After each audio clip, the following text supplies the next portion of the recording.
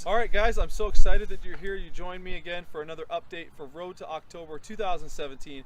And today I've got my trainer, my friend here, Raul, with us today. Guys, I got to tell you, Raul is an amazing trainer. So he's trained over 100 competitors, all at the national level, and he's been training for the past 5 years. So tell us, Raul, how did you get into training?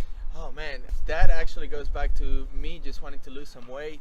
I tried about everything you could possibly try, nothing worked, and then I realized that everybody's very different. So I started researching and I was the guinea pig. Once I found what worked for me, I realized that there's a small pattern between different people and with certain alterations, and we just started guinea pigging, and now we know where to go basically in terms of nutrition.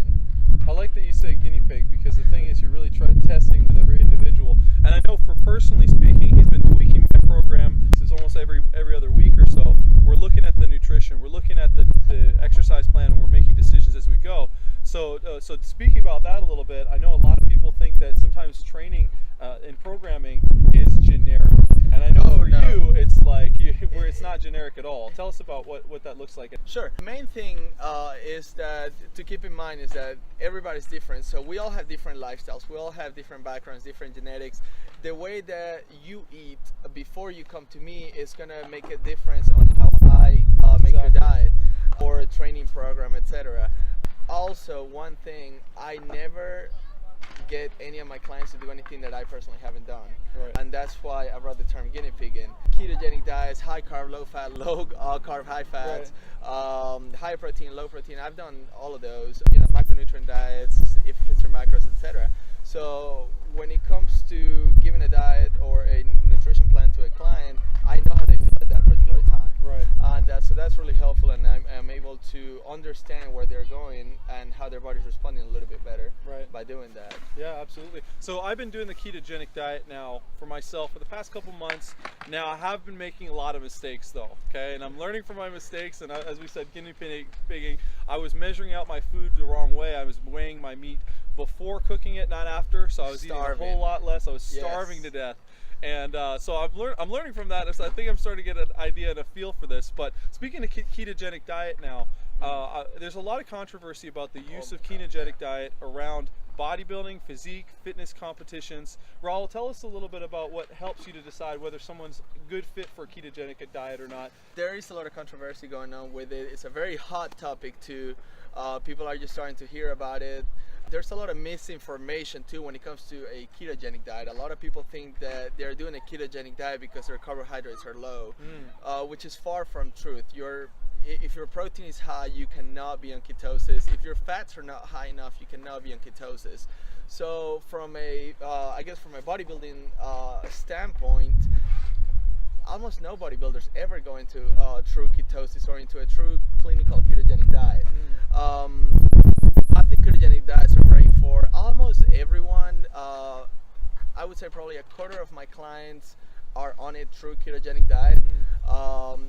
Some, they prefer having their carbs. There are pros and cons to the ketogenic diet. In terms of if you like training in volume, I personally don't recommend it. If you like doing some type of a high intensity training, I don't think, for extended periods of time, I don't think it's necessarily the best thing to do. So tell us, what does a high volume training look like? Like, what would you consider high volume training? You go to the gym and you do more sets, more reps. Even if it's less reps, you still do more sets.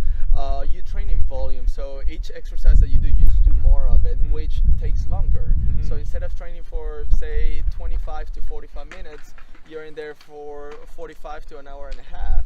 And when you're in a ketogenic diet, it's just too much, in my opinion, because you get really fatigued after the first 30 to 45 minutes. And what would be the major drawback then of working yourself to such a fatigue?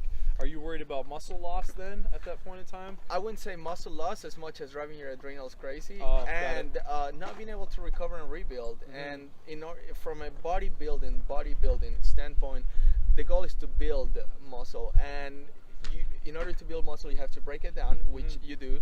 Then you have to repair it, and if you're not repairing it, then it kills the whole point. Absolutely. Well, guys, I'm so grateful that we had a chance to speak with Raul today. Raul, just sign us off here and let us know a little bit more about your team here, Team HiveFit. You know, all of you guys have seen some of my posts even that have the hashtag Team HiveFit.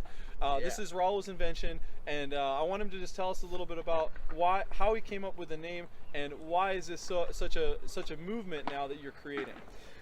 HiveFit started about 2.5 years ago, and I came up with it because me as a coach have always loved to be in the competitions with my clients, and not being a part of it, but being there for them.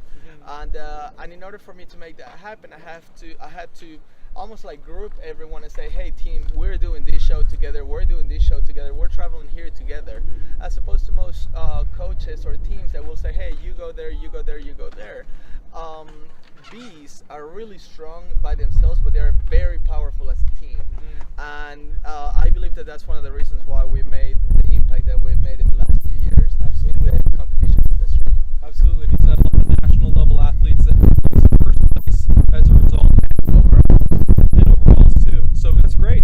And I'm excited to maybe take one of those myself. Absolutely. Too. That's Hopefully the goal, October. That's what we're going for. That's the goal. Gotta get qualified for nationals and then make magic happen. That's right. Awesome. So. Well, thank you guys so much for joining us, and we'll see you again hopefully soon. God bless. Yeah.